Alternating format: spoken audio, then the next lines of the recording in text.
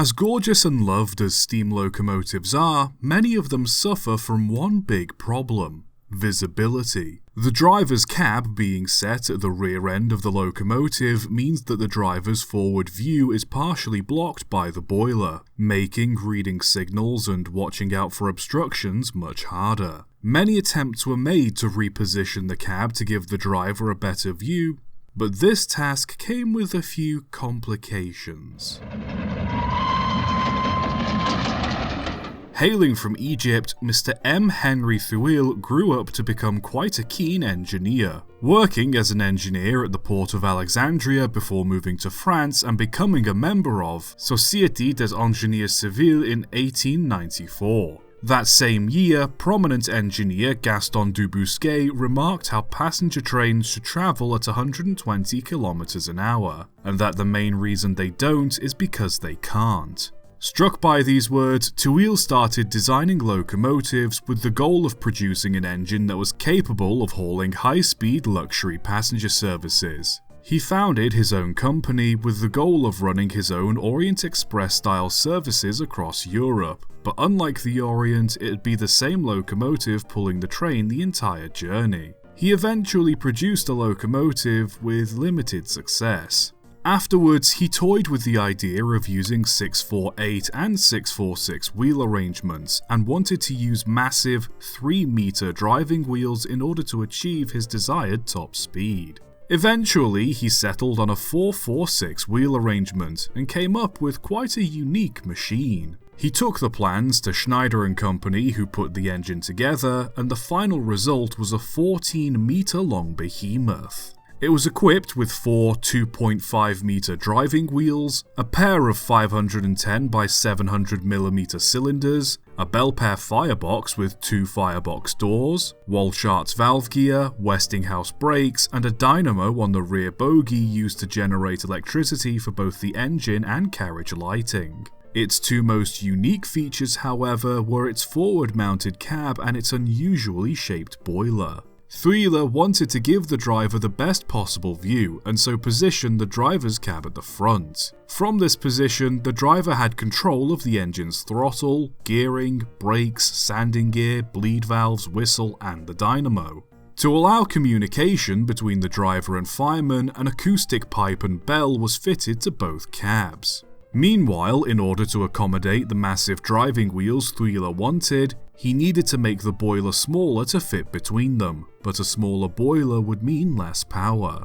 To solve this, he designed a sort of upside-down pear-shaped boiler, essentially being two boilers fused together and reinforced. Despite the inherent problems presented by non-round shaped boilers, it appears the design worked surprisingly well, capable of producing over 210 psi without issue. The tender too was massive, measuring in at just over 10 meters long on its own, capable of holding 7 tons of coal and 27.5 tons of water, further showing Thuile's ambition to make it a long-distance machine. Once completed in 1899, Thuile named the engine Trans International No. 1 and displayed it at the Paris exhibition in 1900, where many reporters both praised and panned its unusual appearance. He started testing his locomotive between Château and Troyes in May that year, the Chemin de Fer de l'État happy to trial the engine as it hadn't cost them a penny to build. During these trials, the engine managed to reach 117 km an hour while hauling a 180-ton train, and peaked at 80 km an hour while pulling a 200-ton train up a 1% gradient.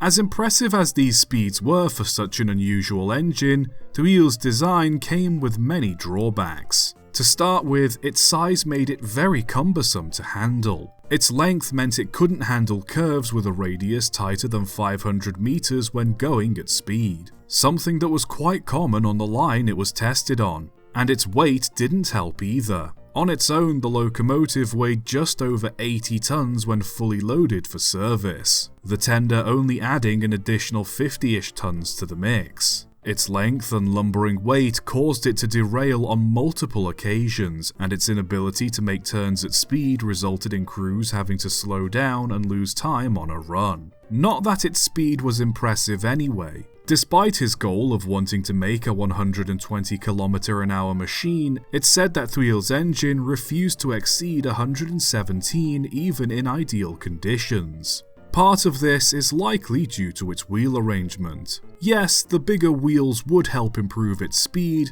but with only 4 out of the 14 of the locomotive's wheels being powered, and despite the engine's immense weight, only 40% of that weight tops was being applied to the driving wheels, meaning that even if the engine had the power, it lacked the adhesion to apply it. Another flaw in the design was the forward cab for the driver. The main benefit of having the driver and fireman together is it not only makes communication and coordination between the two much easier, but also should one of them fall ill or become injured, then the other is capable of taking over until it's safe to stop. Even with a bell and acoustic pipe, separating the driver makes things unnecessarily hard, and often requires an additional driver be present to ensure the safety of the crew, meaning the railway needs to pay more staff to run one engine. And to be frank, the boiler obscuring the driver's view wasn't that big a deal, as most signals were arranged to be easy for drivers to see from their position anyway, and the fireman could look out the other side of the cab to help cover any blind spots.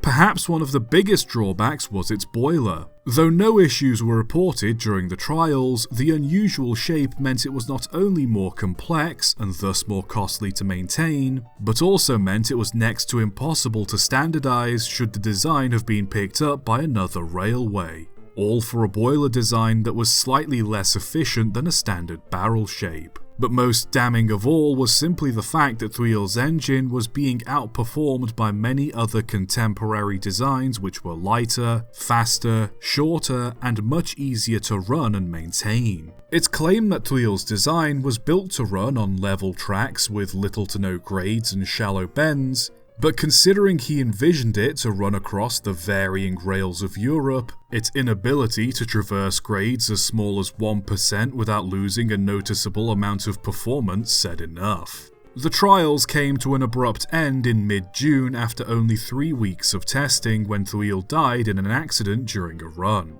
The official account given by the French National Railway Museum is that he was thrown from the footplate of the engine after it derailed. However, most other sources say that the engine didn't derail, and that he simply leaned too far out of the side of the cab to inspect the locomotive during the run, and his head was struck by a line-side post. Ironic, really, when one of the main selling points of the engine was better visibility. With its inventor dead and no signs of improved performance, the engine was quickly sent back to Schneider and put to one side. There it remained for 4 years before finally being scrapped in 1904, its tender surviving until 1946. What it was used for, I'm unsure.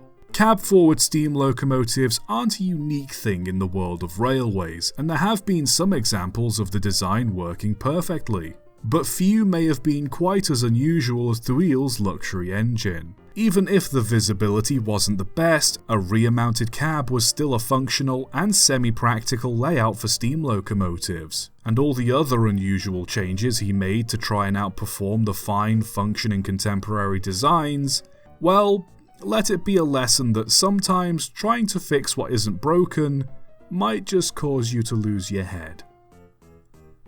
Subscribe for more.